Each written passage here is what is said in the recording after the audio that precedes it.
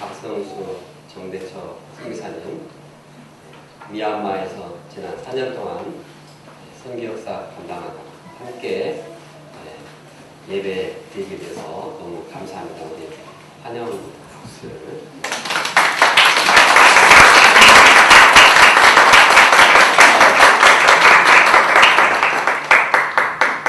이분들의 그 선교 보고 있습니다.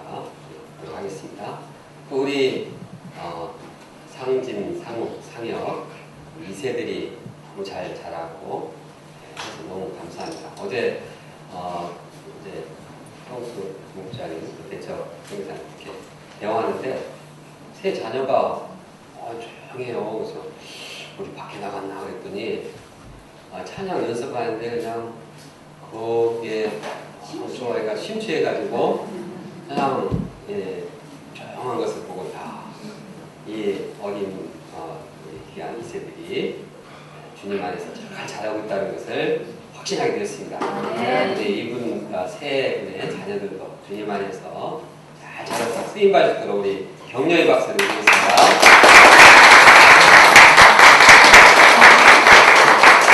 아직까지는 숨어서 인사를 못하지만 다음에는 하시기 바랍니다. 요즘에 런던 올림픽 열기가 대단합니다. 이 축구가 어제 축구에서 축구의 종과 영국을 참 이겼습니다. 심판이 페널티킥을 우리에게 막 뭐랄까 영국에 주고 그랬는데도 한국 선수들이 그냥 끝까지 해서 승부차기에서 5대4로 이겼습니다. 참 감사하고 또 이들이 이렇게 참 영국 축구를 이기기까지 얼마나 훈련했을까. 또 참 그들의 그 변화된 모습을 통해서 참 새로워져야겠다. 나도 이 사람들이 축구도 이렇게 새로워졌는데 내 신앙도 새로워져야겠다 생각하게 됐습니다. 뭐 김재범이나 또 양등 선수들 얘기 들어보니까 훈련이 뭐 올림픽 이 참관 선수들은 다 그냥 훈련을 독하게 한 것을 알게 되었습니다. 그리고 참 그 메달이 얼마나 훈련을 통해서 이루어진 것인가를 알고 참 감동을 받게 되었습니다. 우리 여자 양궁 선수들은 이 여자인데도 그냥 특공대 그 훈련에 참석해가지고 인내를 키우고 뭐 야간에 무덤에 순회 훈련을 해서 담대함을 키우고 또 한강에 영하 20도가 넘는 이 영하 20도 아래로 내려가는데도 막 6시간 이상 이 구보를 하고 또 막 스피릿을 기르고 또 폭우가 쏟아지는 데에서 이 연습을 하고 또 이 소음과 이 그 여러 가지 이 뭡니까 소리를 방해를 안 받기 위해서 막 관중이 모인 야구장에 가서 막 경마장, 경륜장에 가가지고 그렇게 떠는 데서 이렇게 정신통일하고 이 쏘는 연습을 하고 정말 훈련에 도움이 된다고 하면 별별 훈련을 다 받은 것을 보았습니다. 참 이런 것을 통해서 이 신앙도 이렇게 정말 연단받고 정말 어떤 상황 가운데서도 이렇게 훈련을 받을 때 하나님 나라에 참 면류관을 받을 수 있겠구나 생각을 하게 되었습니다. 어떤 분은 또 반문할 수 있습니다. 아니 뭐 우리가 뭐 올림픽 나갑니까? 뭐 우리가 꼭 올림픽 선수들처럼 해야 할 필요가 있을까요? 그러나 그렇지 않습니다. 성경은 이제 우리 신자가 운동선수처럼 특히 사도 바울은 올림픽 경기를 예로 들어서 신자가 운동선수처럼 이렇게 최선을 다해야 된다고 반복해서 말하고 있습니다. 오늘 본문의 말씀을 심하게 볼 때도 예수님께서는 이제 말세 정말 신자들이 깨어서 긴장하고 최선을 다 열심을 다해야 함을 요구하고 있습니다. 우리가 말씀을 통해서 예수님의 우리 말세에 대한 그 방향, 또 비전, 준비 자세를 마음에 영접하고 이제 참 금메달을 획득한 그 선수들과 같이 우리는 한나라의 면류관을 바라보면서 우리 최선을 다하기를 간절히 원합니다. 네. 첫째로 말세의 징조에 대해서 생각해 보겠습니다. 예수님께서 성전을 떠나시려고 할 때 한 제자가 성전 건물을 보면서 감탄하면서 예수님께 말했습니다. 선생님 보소서, 이 돌들이 어찌 됩니까? 이 건물이 어떻게 된 겁니까? 너무 아름다운 돌, 너무 웅장한 건물, 막 그런 것 같습니다. 그냥 제자는 너무 아름다운 그 건물을 보고 그냥 황홀경에 빠졌습니다. 당시에 그 성전은 그 기둥이 막 10m 쭉 뻗었습니다. 두께가 1m 넘는데 1m 반이나 돼요. 쭉 뻗었습니다. 그 위에 천장 이 지붕은 황금을 입혔습니다. 그래서 해가 뜨거나 또 석양이 질 때 해가 비치면 반짝반짝 이렇게 빛나니까 막 사람들은 이게 정말 하나의 예술 작품이요, 그냥 하나의 히브리 하나의 금자탑 같은 모습을 보면서 정말 자부심을 가졌습니다. 우리 마치 이 제자들이 이러한 모습을 보고 이렇게 마음이 완전히 사로잡혔습니다. 이것은 마치 조그만 섬마을 사람이 그냥 서울 강남에 와가지고 으리으리한 건물을 보고 뭐 이렇게 놀랄 것 같습니다. 저는 몇 년 전에 이 성대 율정 캠퍼스에 갔는데 가보셨습니까? 그 도서관이 이게 이 도서관이 아니더라고요. 사진을 한번 인터넷 보십시오. 그냥 유리로 그런데 들어가 보니까 이건 뭐 어디 대기업의 무슨 휴일실이 아니라 이건 뭐 의리의리한 게 뭐 컴퓨터가 뭐 수백 개 쫙 깔리고 뭐 이 환상적인 이런 곳에서 그냥 앉아만 있어도 저절로 공부가 될 것 같다는 생각이 들었습니다. 참, 내가 학교 다닐 때 이런 걸 좀 미리 만들어 놓지 그런 생각이 들었습니다. 제가 왜 이런 말을 합니까? 우리는 겉에 있는 외적으로 나타난 그런 모습을 보기 쉽습니다. 그리고 거기에 감동하기 쉽습니다. 그러나 예수님은 달랐습니다. 예수님은 성전의 겉모습을 본 것이 아니라 성전 안에 있는 사람들의 모습, 성전 안에 사람들의 모습만 본 게 아니라 성전 안에 사람 안에 있는 마음의 중심을 보셨습니다. 마음의 믿음을 보셨습니다. 그리고 그 사람 안에 있는 그 믿음이 어떠냐, 그 마음의 중심이 어떠냐를 보고 앞으로 어떤 일이 일어날 것인가를 알아왔습니다. 종교 지도자들, 성전 안에 있는 종교 지도자들의 그 부패함과 타락한 것을 보니 겉으로는 성전이 이렇게 화려하고 멋있었지만 이것은 완전히 멸망당할 것이다, 이렇게 보고 있습니다. 지금도 예수님은 우리를 보실 때 의리의리한 건물을 보시지 않습니다. 그 안에 있는 사람들과 그 안에 있는 그 사람들의 중심을 보시고 또한 그 중심을 볼 때 그 중심을 보고 미래를 판단하고 미래를 예언하십니다. 우리는 이러한 영적인 눈을 배워야 하겠습니다. 예수는 일행이 이제 성전 맞은편에 있는 감람산에 올라가 앉았습니다. 감람산에 딱 앉아있으면 거기 성전이 쫙 보였습니다. 성전이 쫙 펼쳐진 가운데 이제 제자들은 아까 예수님이 하신 그 말, 자기들하고 좀 생각이 다르고 의견이 다른 그 성전에 대한 견해에 대해서 기억을 잊지 못하고 질문을 한 가지 했습니다. 예수님께서 예루살렘 성전이 그냥 돌 하나 돌 위에 남지 않고 다 무너진다고 했는데 이런 일이 있을 때 무슨 징조가 있겠습니까? 어떤 때 이런 일이 있겠습니까? 이 예루살렘 멸망에 대한 때와 그 징조에 대해서 조용히 물었습니다. 이때 예수님께서는 예루살렘 성전 멸망뿐만 아니라 말세 전 세계에 그 징조가 어떠하며 또 그때 어떠한 자세를 가져야 할 것인가를 말씀하고 있습니다.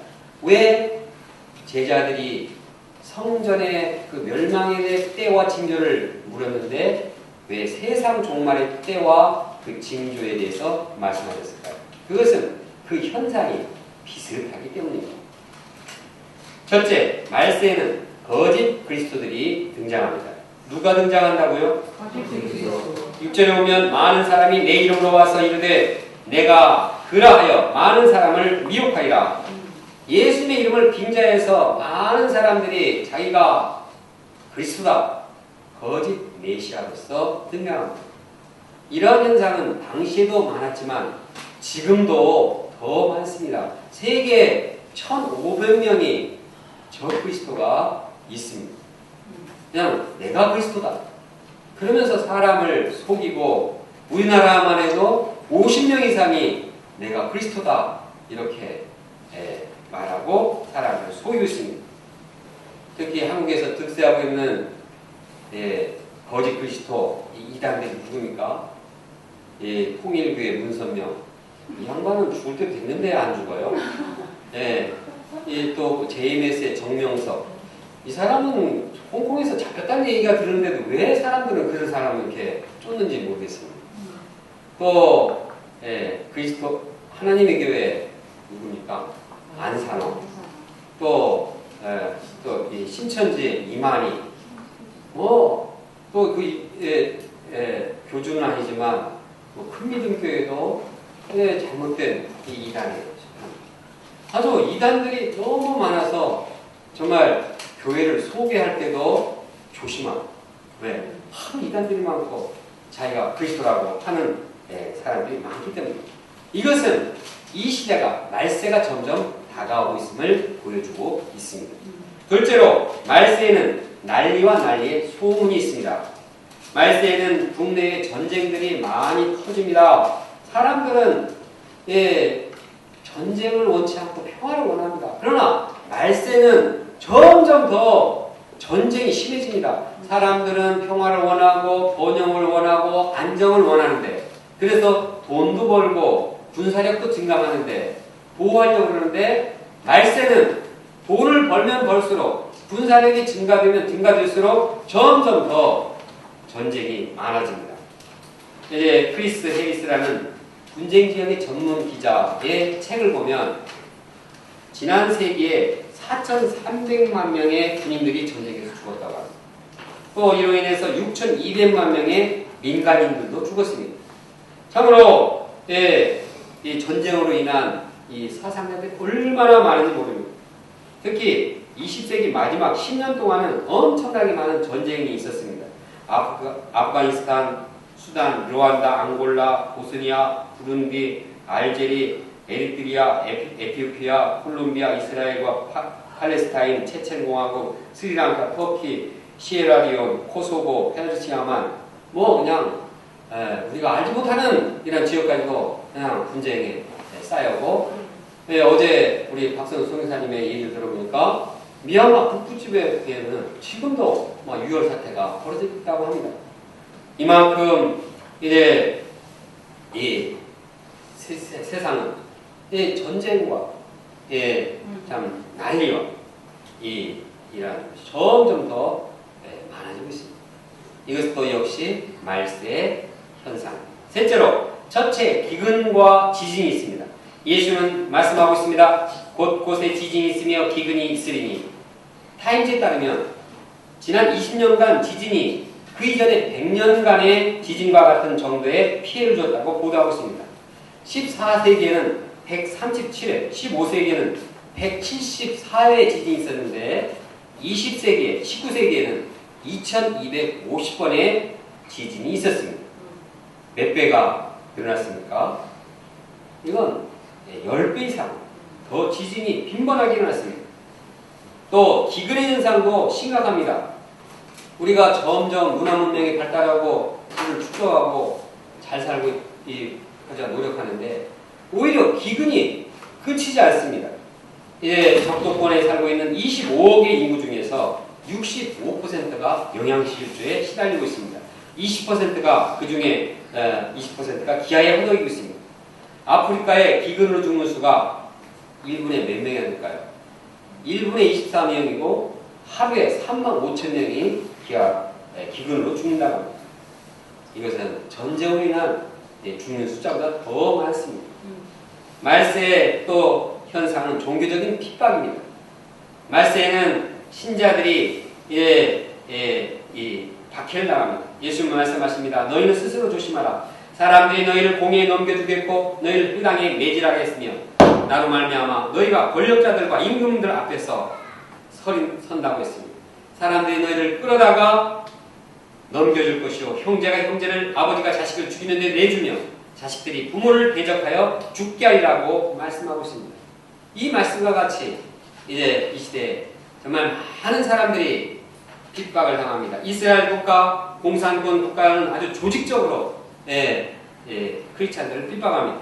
우리 한국에서도 물론 크리스찬들이 잘못한 것도 있지만 필요 이상으로 크리스찬들을 확대해가지고 막 잘못을 드러내고 시민단체들 또 안티 크리스찬들이 참 공격하고 있습니다. 이러한 여러 가지 현상은 말세가 점점 다가오고 있음을 말해주고 있습니다. 그러면 이러한 말세 현상이 일어나는 가운데 우리가 가져야 할 자세는 어떠해야 합니까? 이제 말세에 대한 준비에 대해서 생각해 보겠습니다. 첫째로 미혹을 받지 말고 시련의 끝까지 견뎌야 합니다. 예수님은 제자들에게 저 그리스도의 미혹을 경계시킵니다. 그리고 미혹을 받지 않도록 반복해서 여러 번 주의시키고 있습니다. 말세에는 어려움이 따르고 있기 때문에 어려운 가운데 사람들은 자꾸 마음을 잃기 쉽습니다. 균형을 잃고 자꾸 이성을 잃고 마음이 혼란스럽습니다. 그런 혼란한 틈을 타서 저 그리스도들이 자기가 이 그리스도로 큰소리치면서 이들을 현혹시키고 있습니다. 그래서 말세에는 신자들까지도 믿음의 길을 떠나는 현상이 일어나게 됩니다. 특히 이단들은 이 초신자들이 아니라 기존 신자들을 미혹합니다. 그냥 새로 안 믿는 사람을 데려온 게 아니라 믿는 사람 중에 이렇게 교회에 있는 사람들을 데려오는 것이 특징입니다.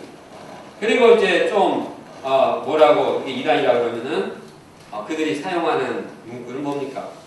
서로 사랑하라. 원수를 사랑하라고 하지 않아요. 그러니까 사랑해야 되니까 무장 해제를 시키고 서로 좀 타협을 해보자는 얘기. 그러나 예수님께서는 마귀에 대해서 경계하도록 했고 참 마귀는 대적하라고 말하고 있습니다. 결코 우리가 저 그리스도와 이제 이단들과 타협을 해서도 안 되고 괜히 호기심 생겨서 뭐 말하는가 하고 이렇게 연구 좀 해보겠다 이러면 연구하다가 악령의 세력에 말려듭니다. 아예 처음부터 딱 끊는 것이 이것이 지혜로운 방향입니다. 네. 또한 믿음으로 인해서 박해를 받을 때 끝까지 견뎌야 합니다. 참 믿음으로 살 때 여러 가지 불이익을 당할 수 있고 회사에서나 학교에서나 따돌림을 당할 수도 있습니다. 처음에는 믿음을 살기 때문에 분명히 마음 먹고 이렇게 잡았다가도 이것이 반복되고 그러면 저항력이 점점 없어져가지고 나중에 그냥 한번 해주지 하다가 믿음을 잃어버리기가 쉽습니다. 학창시절에는 그렇게 분명한 방향을 가지고 믿음 생활을 잘하던 친구가 그냥 계속 이 학사가 되어가지고 계속 이렇게 어렵고 힘드니까 그냥 타협해가지고 믿음을 잃어버리는 경우도 있습니다. 특히 요즘의 이 공격은 막 박해도 있지만 아주 음란과 쾌락의 유혹이 아주 대단합니다. 그냥 컴퓨터만 켰다면 그냥 음란 사이트가 기다리고 있고 텔레비만 켰다면 그냥 드라마가 다 뭡니까 이 윤리적으로 좋지 않은 내용들이 그냥 깔려 있습니다. 이러한 것을 계속 받다 보면은 처음에는 안 해야지 그러다가 점점 타협하고 받아들이다가 믿음을 잃어버리고 얼마나 쉽습니까? 아, 내가 옛날에는 안 그랬는데, 아, 내가 왕년에는 순수했는데, 왕년에 하면 뭐합니까? 끝까지 믿음을 견고히 지키는 노력이 필요합니다. 이번 올림픽 종목을 보니까 이제 그 상대방이 입는 종목, 정말 피를 많이 흘려요. 이 펜싱하고 또 뭐 유도 이런 거 보니까 아마 끝까지 버텨야지 잡혔다 하면 이제 1초 안에 그냥 뭐 찔러버리면 이제 끝나는 거예요. 끝까지 버텨야지 이게 승리죠. 우리 신앙도 내가 잘했으니까 뭐 이 정도로 뭐 대강 끝마무리를 그냥 대강 하자. 이럴 때 그냥 당하기 쉽습니다. 끝까지 전에보다 더 신실하고 전에보다 더 믿음이 견고해져서 더욱더 예수님께 점수를 많이 받아야겠습니다. 그래서 하나님 나라의 멸관을 받아야겠습니다. 둘째로 그리스도 재림의 소망을 가져야 합니다. 이 말세 현상을 생각해 볼 때 우리 마음이 별로 이렇게 즐겁지가 않습니다. 뭐 주로 보면 고난을 당하고 어려운 일이 생기고 뭐 핍박이 있고 뭐 유혹이 있고 이 보면은 마음의 기쁨보다도 절망하기 쉽고 참 어두워지기가 쉽습니다. 그러나 예수님께서는 이 절망의 때를 뭐라고 말하고 있습니까? 이 말세 현상들을 뭐라고 말씀하고 있습니까? 재난의 시작이라고 말하고 있습니다. 재난의 시작을 영어로 보면 The beginning of the birth pain이라고 표현하고 있습니다. 산고의 시작입니다. 쉬운 성경에는 이런 것들은 출산하는 진통의 시작에 불과하다고 번역하고 있습니다. 이런 말세의 현상들은 새로운 세계를 이루기 위한 전조입니다. 하나님의 영광스러운 나라가 임하기 전 이제 전주곡을 이루어주는 것이 조금 어두운 배경이 있는 것이지 이제는 빨간불이 꺼지고 이제 이 파란불이 켜지기 전에 이제 빨간불은 별로 기분이 안 좋지 않습니까? 그러나 빨간불만 바라보는 것이 아니라 파란불을 바라보는 것처럼 우리도 이제 말세의 징조만 바라볼 것이 아니라 새로운 세계, 새로운 하나님 나라를 바라봐야 하는 것입니다. 다 같이 26절을 함께 읽겠습니다. 시작. 그때 인자가 구름을 타고 큰 권능과 영광 보는 것을 사람들이 보리라. 예수님께서 구름을 타고 이 땅에 오십니다. 그때는 모든 사람들이 예수님을 봅니다. 뭐 지역적으로 이렇게 보는 게 아니라 전 세계 모든 사람들이 다 예수님을 바라봅니다. 그분이 재림하시는 예수님인 것을 압니다. 왜 저 그리스도가 사기성이 농후하냐? 그러면 다 봐야 됩니다. 전 그리스도인들이 재림의 예수님을 알아야 되는데 그렇지 않습니다. 그러나 예수님께서 오실 때는 이제 전 모든 믿는 자들이 예수님을 다 바라보게 되고 믿지 않는 사람들이 이제 심판에 받게 됩니다. 그때 예수님께서는 천사들을 보내셔서 사방에서 그 택한 자들을 다 불러모으십니다. 뭐 미국에 있건 뭐 미얀마에 있건 아프리카에 있건 믿는 모든 사람들을 불러서 영광스러운 하나님 나라에 인도하십니다. 그래서 그들에게 축복하시고 그들에게 상급을 주십니다. 그 하나님 나라에는 상처도 없고 아픔도 없고 애통도 없고 사망도 없습니다. 거기에는 구원의 은혜와 감격과 이제 사랑과 감사의 찬양이 넘치게 된 것입니다. 이것이 우리가 가야 궁극적인 소망입니다. 우리가 올림픽 금메달을 소망하는 이상으로 정말 어제 축구를 안 봐야겠다 이렇게 생각을 했는데 그냥 3시가 되니까 자동적으로 눈이 떠지고 이기는 걸 좀 보고 싶은데 그러면 제가 회개하는 것도 있습니다. 예수님의 재림의 소망을 이렇게 사모하고 새벽에 깨어서 이렇게 해야 되는데 왜 일용할 얘기할 때는 왜 이렇게 일어나기 싫은지 제가 참 마음이 세속적이 아닌가 생각을 하게 됐습니다. 우리의 소망은 예수님의 재림의 소망으로 정말 오실 날을 이렇게 눈을 뜨면서 깨어서 기다리지 않겠습니까? 우리 모두가 그리스도의 재림에 대한 소망을 가지시기를 바랍니다. 이러한 예수 그리스도의 재림의 소망이 있을 때 어려움도 참고 유혹도 다 뿌리치고 끝까지 이제 믿음을 지킬 수가 있는 것입니다. 또한 예수님의 재림을 소망하면서 우리가 구체적으로 해야 할 일이 무엇입니까? 그것은 셋째로 먼저 만국의 복음을 전파해야 합니다. 10절을 함께 읽겠습니다. 시작. 복음이 먼저 만국에 전파되어야 할 것입니다. 다시 한번 읽겠습니다. 시작. 복음이 먼저 만국에 전파되어야 할 것입니다. 예수님의 재림을 앞두고 반드시 이루어져야 할 일이 있습니다. 그것이 무엇입니까? 그것은 먼저 복음이 만국에 전파되어야 할 것이니라. 예수님의 재림을 소망하는 자는 그 전에 먼저 만국의 복음이 전파된다는 그러한 비전을 가져야 되는 것입니다. 그래서 사실 이 앞뒤가 잘 논리적으로 안 맞는 것 같습니다. 왜냐하면 말세에는 복음을 전하면 신자들을 세상 사람들이 싫어하고 핍박을 당하고 이러는데 왜 이 복음이 먼저 전파되어야 되냐? 사람들이 핍박하니까 사람들이 싫어하는 그거 하지 말고 복음 싫어하니까 복음 좀 적어두고 좀 그들이 원하는 거 좀 하고 타협 좀 하고 그러면 복음 전파에 대한 마음이 위축을 하게 됩니다. 이래야지 좀 이성적일 것 같은데 예수는 그렇지 않습니다. 분명히 믿는 자는 핍박을 당한다고 해놓고서는 그러나 그런 가운데서도 복음을 전파되어야 합니다. 핍박을 하고 모든 위정자들 이러한 자기를 핍박하는 사람들 앞에서 이 박해를 받는 이유는 복음이 증거되어야 하리라. 오히려 그런 핍박의 상황 가운데서는 오히려 복음을 증거함으로써 이 땅에 만국에 복음이 전파되도록 하는 것이 예수님의 비전이요 예수님이 우리에게 바라는 소망인 것입니다. 그러므로 우리가 이제 어떠한 마음을 가져야겠습니까? 재림의 때 우리는 천국을 소망하면서 복음 전파에 힘써야겠습니다.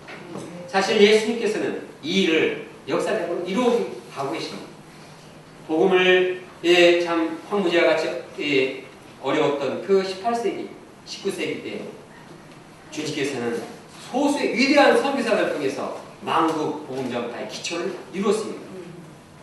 이제 현대 선교의 아버지라고 하는 윌리엄 캐리, 또 중국 선교의 아버지인 누굽니까? 허슨 테일러, 또 우리 미얀마의 참 최초의 선교사인 조르슨, 또 유명한 이 선교사들이 하나님의 택하심 받았습니다.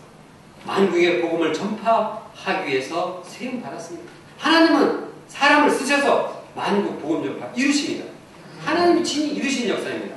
20세기에는 이러한 19세기의 그 선교사들의 영향을 누가 받았느냐? 대학 캠퍼스의 젊은 사람들이 받았습니다. 그래서 이제 19세기에 캠브리지 7명의 그 지성인들이 세계에 퍼져나갔습니다. 또 SVM 학생 자원운동, 이 엄청난 수만 명의 선교사를 파송한 그 학생 선교 운동의 정신의 구현자라고 하는 로버트 피어스도 역시 대학생으로서 복음 전파에 귀하게 쓰임 받았습니다. 이러한 시대의 흐름, 하나님의 쓰시는 그런 흐름에 따라서 우리 모임도 이제 만국 복음 전파에 쓰임 받게 되었고 이제까지 3,000여 명의 선교사를 파송하게 되었습니다. 이 역사는 누가 이루신 겁니까? 하나님께서 친히 주님께서 말씀하셨고 복음이 먼저 만국에 전파될 할 것이라는 분명한 비전 가운데서 이루시는 역사입니다. 저는 이 박성수 정대처 귀하신 선교사님 함께 개척할 때 이분들이 선교사로 갈 것이라고 기대는 했지만 그렇게 크게 기대는 못했습니다. 그러나 이분들이 하나님께서 부르시고 이 말씀을 이루기 위해서 쓰신 것을 확신합니다. 어제 잠깐 얘기를 들어보니까 정말 자의가 아니라 이분들이 하나님의 은혜로, 하나님의 강권하심으로 이제 참 하나님께 쓰임받는 그러한 모습을 제가 참 듣게 되었습니다. 하나님께서 이처럼 우리를 이제 만민 복음 전파에 쓰시고자 우리를 부르십니다. 그리고 우리는 이제 그의 쓰임 받도록 이제 나가야 할 것입니다. 사실 우리 대학로센터는 그렇게 크지 않은 센터지만 개척 초기부터 이제 세계 선교 역사에 도전을 했습니다. 그래서 우리 학사 목자님들 가정을 보면 우리 경락원 목자님 하나밖에 없는데 또 바울 목자님 장녀 우리 김동국 마니아 또 저희 가정에 이요셉 다 이제 선교사로 이제 파송하지 않았습니까? 이 개척한 지 한 7년 정도 됐는데 이렇게 해야 보니까 선교사나 선교 후보로 나간 분이 한 20여 명이 됐습니다. 하나님께서 참 그렇게 방향을 잡아서 우리가 또 순종했다고 볼 수가 있습니다. 그런데 2008년도에 이아브라 미사라 선교사님 개척한 이후에 지난 4년 보니까 한 명의 선교사 없고 손미정 장로님이 저기 그 어학연수 받다가 이제 선교 후보로 거기에 선교사로 남는 이런 상황이 있습니다. 물론 여기에도 참 이유가 있습니다. 이제 돌아오는 선교사님들이 많은 거 보니까 좀 선교 훈련을 강화해서 보내야겠다. 좀 훈련받은 선교사 보내야지 영향력을 끼치겠다. 이런 이유도 있고 또 우리 자체도 너무 많이 보내면 좀 힘드니까 우리도 좀 먼저 좀 해야 되겠다. 이렇게 자체 역사를 생각하다 보니까 그냥 자체 하다 보니까 자꾸 그 현재 어려움을 자꾸 이렇게 생각하고 그거 떼우다 보니까 이 예수님의 원대한 만국 복음 전파에 대한 비전을 자꾸 상실하게 된 것을 바라보게 되었습니다. 그러나 예수님은 말씀하십니다. 복음이 먼저 만국에 전파되어야 할 것이니라. 복음이 먼저 어디에? 만국에. 우리의 비전은 먼저 만국을 바라봐야 합니다. 우리의 비전이 만국을 향할 때 캠퍼스 복음 역사도 살아날 것입니다. 우리의 비전이 현재 어려운 한 사람만 붙들고 있으면 그 한 사람이 붙들고 있지 말라는 뜻이 아니라 거기에만 집착했으면 우리의 마음은 위축당할 것입니다. 그러나 우리가 세계 모든 영혼들을 복음으로 전파하고자 하는 하나님의 소원을 알 때 우리가 한 사람의 영혼 이제 생명을 사랑하게 되고 하나님께서 그러한 비전을 보시고 축복하시고 또 영혼들을 새롭게 하실 것을 믿습니다.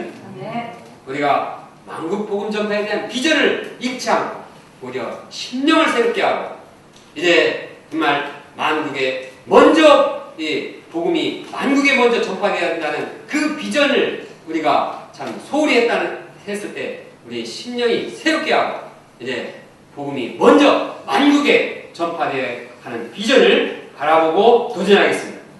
결론적으로 예수님은 말세의 징조를 말씀하시고 어떻게 준비할 것인가를 말씀하십니다.